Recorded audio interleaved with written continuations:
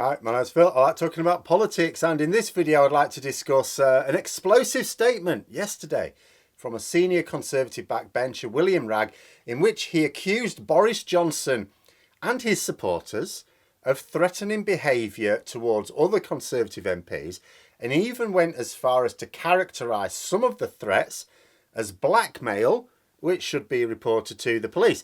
But first, if you'd like to be notified of daily news and politics, please subscribe to the channel and click the bell notification icon. So it never stops, does it? The scandals just won't stop. So the Friday Brexit media slot, that'll be still on today, but that'll be at noon. As this one, this is a bit spicy, almost happened in time for me to crowbar it into yesterday's schedule, not quite. Basically, it seems that Boris Johnson is determined to ensure that his end is completely devoid of any dignity. William Wragg, who's the chair of the Commons Public Administration and Constitutional Affairs Committee, made a statement yesterday at the start of the committee meeting. I'll play a clip at the end of the video. Hopefully I'll remember to do that, with a timestamp in the description below. But in terms of what he said, it was that he'd had reports from Conservative MPs that they were being threatened by the Whip's office for either stated intentions to oust Johnson or even perceived ones.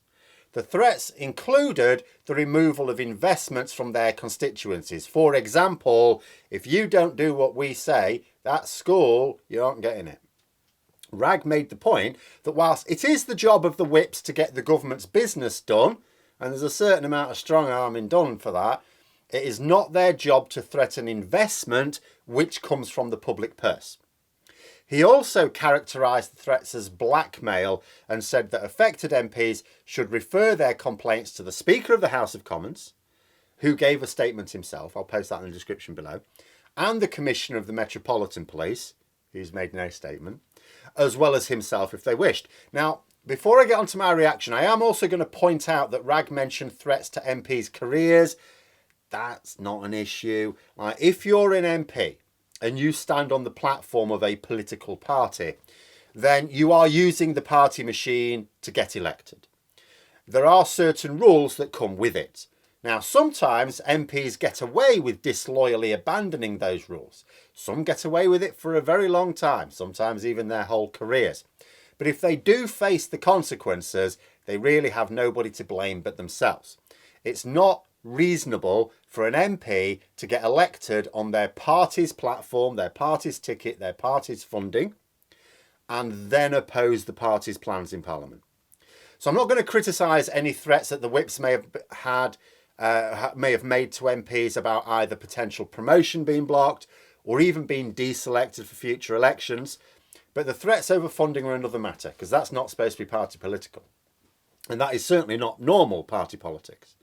Now, let me tell you what I found remarkable about this, where the story is here. It's that the statement was made publicly in a recorded event in Parliament, cameras on there. This is a statement concerning only Conservative MPs. I don't know how many. Wragg could have relayed his advice to the Tory MPs who approached him with concerns and then told them to pass the message on to anyone else who may be affected but didn't want to come forward. He could then have attempted to circulate the general message around Conservative MPs more discreetly, WhatsApp messages and all the rest of it. At some point, yes, it would be brought to the attention of a journalist who would report on it. So the issue would still get out, but still be more discreet. Making this statement in this way isn't about letting Conservative MPs know that they have recourse against this bullying and blackmail. It was deliberately made in this way to send a message to everyone. To Tory MPs victimised by the threats that they have support. To the public that Johnson is a shameless coward with no respect for even his own colleagues. To the Prime Minister and his whips, he's sending quite a robust message that they are being challenged. It might even be a public call for support from opposition MPs to stand up to a tyrant Prime Minister. Who knows? And where he talked about those assumed to be wanting Johnson to face a confidence vote. See, that was interesting. Because there might be some hardliners in the Conservative Party, either MPs or just normal party members or those in the media, that might not care about bully boy tactics being used against those who are publicly challenging the Prime Minister, who are publicly threatening his position. Because they may just think, well, you know what, mess with the bull, you get the horns. But in threatening those who have made no challenge to Johnson, they're just suspected of wanting him to be ousted, might not even be wishing it, they might be wrong.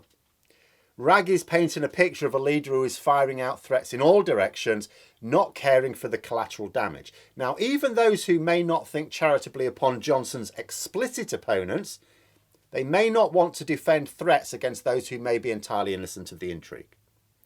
And Wragg isn't a natural opponent of Johnson. Like, he was as hard a Brexiteer as they come.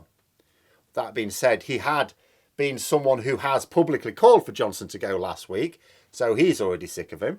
And there's another little aside. While this is also an issue of investment, because there were a few threats made, but the only one of note is the threats to pull local investment. It should be pointed out that the Conservatives were intending on spending their levelling up money in target areas of the country in order to persuade people to vote Conservative. In other words, the plan was to use public money for party political purposes, which is illegal. It wasn't actually a levelling up fund, it was a pork barrel fund. It was used to splash the cash in target seats in order to bribe voters. Of the money allocated so far, it has all gone to either very rich areas presided over senior ministers like Rishi Sunak. He's in a very wealthy constituency, and yet he's got money that's supposed to be used to help deprived areas. Or it's been spent in areas where there's a lot of key swing voters for them to nudge towards voting Tory. Like, there is the odd Labour area that's getting it, but there's also boundary changes coming in. When I had a look at the so-called Labour areas that are getting it, all of them are on the boundary with a Conservative area. In other words, they're probably going to shift the boundary around it. A real levelling up fund would be directed at the poorest regions. It would be independently assessed as to which regions need it the most. And because it would be going to the poorest regions, the ones most in need of regeneration, that would include a lot of Labour areas. But no, that's not what it's for. It's party political. And I don't recall Wragg calling out these tactics when it was happening. He's not standing out on an issue of decency here. There's no moral compass at play here. He's standing up for his tribe. But that also speaks of just how much of a mess Johnson is making right now. I mean, look at what he's done. Last week, Rees-Mogg picked a fight with the Scottish Conservatives. By refusing to get involved and overrule Moggy, Johnson also made him their opponent. Then another of his minions, maybe the same one, as I said earlier this week, I don't know who it was, picked a fight with the Red Wall Tories, calling them nobodies. So this is a full-on turf war now. It's not between Tory and Labour, but between Tory and Tory. And when the news broke yesterday morning, I referenced the news that some of Johnson's challengers had retreated after the events of Wednesday. Johnson's supporters are trying to give the impression that those who had been pushing for his removal have reined it back after the defection of a Red Wall Tory MP to Labour. Oh, it's caused some of them to now rethink their situation. Now they're backing Boris. No, don't believe a word of it. I don't know when they're going to get rid of him. I've said that all the way throughout. It might, as reported some places, be once Gray's report is published, that might be the trigger. Might not. Might be later. Said before a number of times, if I was a Tory MP, I'd actually want him in place for a good while yet to limit the damage inflicted upon his successor ahead of the next election, which will be at least 2023 now. I'd publicly call out Johnson's mishandling of the party scandals to my constituents because I wouldn't want to take any personal blame, but I wouldn't be challenging him in an anonymous way. I wouldn't be sending a letter of no confidence because that is anonymous. I can let my constituents guess about whether I've done that or not. It may well be that the vast majority of Tory MPs are of the same mind. Or it might be that they worry that permanent damage is being done, and to them, and that people are spending too much time considering Labour as a viable alternative now. And it could be that enough are wanting him gone urgently, and that they trigger the confidence vote after the Gray report next week. That way they can claim they've had all the evidence they can possibly get. It might well be that Johnson wins the vote, that there's not quite half to get rid of him, and he carries on until later this year. I don't know. What I do know is that there has been no retreat. Tories are still in open rebellion against Johnson. Were Johnson more secure, Wragg would have privately given his message to colleagues and had a quiet word with the Whip's office and sought a meeting with the Prime Minister about this. It would have all been dealt with in-house on the quiet, even though, as I said, news would have got out inevitably about what was going on. Wragg has publicly called out Boris Johnson, deliberately publicly called him out. And not just for shoddy behaviour, but for what he has explicitly called illegal behaviour on the part of his henchmen in the Whip's office. Cannot be overstated just how massive an accusation this is. It doesn't matter if the conduct is illegal or not. I don't know that. You know, it clearly is blackmail, but remember there's the legal definition of blackmail, and then there's just the normal definition. You know, I'm not saying that this is the league meets the legal requirements for blackmail, but it's the public nature of the challenge to Johnson that is the news story here. It's not the fact that Boris Johnson may have broken the law or his whips may have broken the law. It's not that. It's the news story is that someone has deliberately been recorded challenging Boris Johnson's tactics. Needless to say that Number 10 immediately issued a statement saying they know nothing about the allegations. We've not seen any evidence of this, but that they would consider any evidence that came their way. But I cannot recall any time in the past where a loyal party MP made such a public remonstration with their leadership. Like, you do get MPs in both parties, or indeed all parties, I suppose, saying that, you know, that the leader, when they're not doing too well, maybe they should consider their position. That happens, that's fine.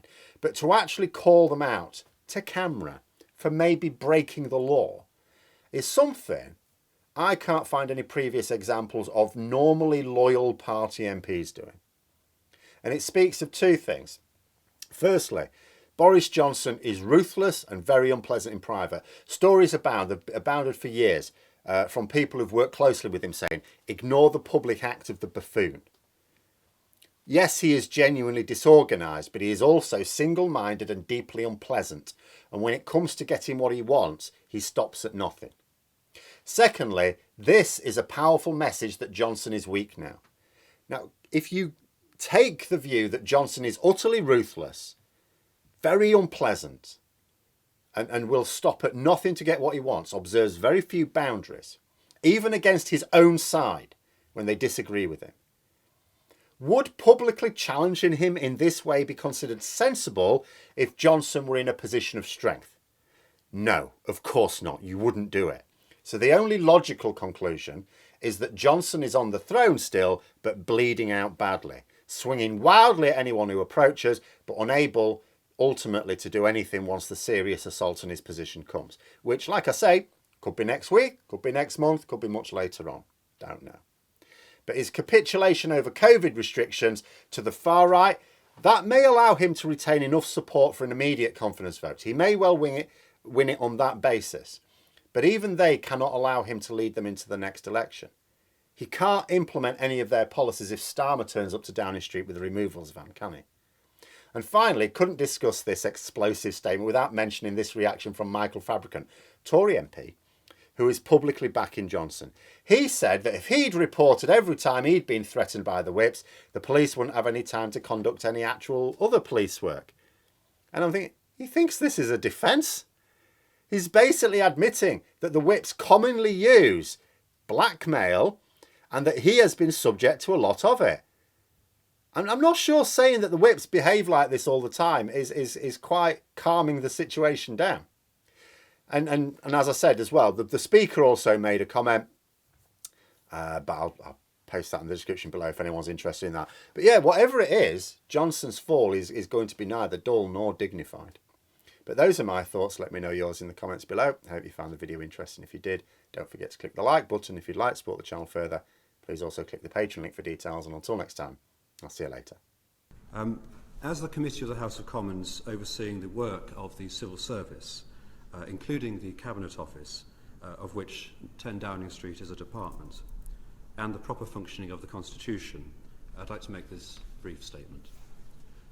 In recent days, a number of members of Parliament have faced pressures and intimidation from members of the government because of their declared or assumed desire for a vote of confidence in the party leadership of the Prime Minister. It is, of course, the duty of the Government Whip's office to secure the government's business in the House of Commons. However, it is not their function to breach the ministerial code in threatening to withdraw investments from members of Parliament's constituencies which are funded from the public purse. Additionally, reports to me and others of members of staff at number 10 Downing Street, special advisers, government ministers and others encouraging the publication of stories in the press seeking to embarrass those who they suspect of lacking confidence in the Prime Minister is similarly unacceptable. The intimidation of a Member of Parliament is a serious matter. Moreover, the reports of which I am aware would seem to constitute blackmail.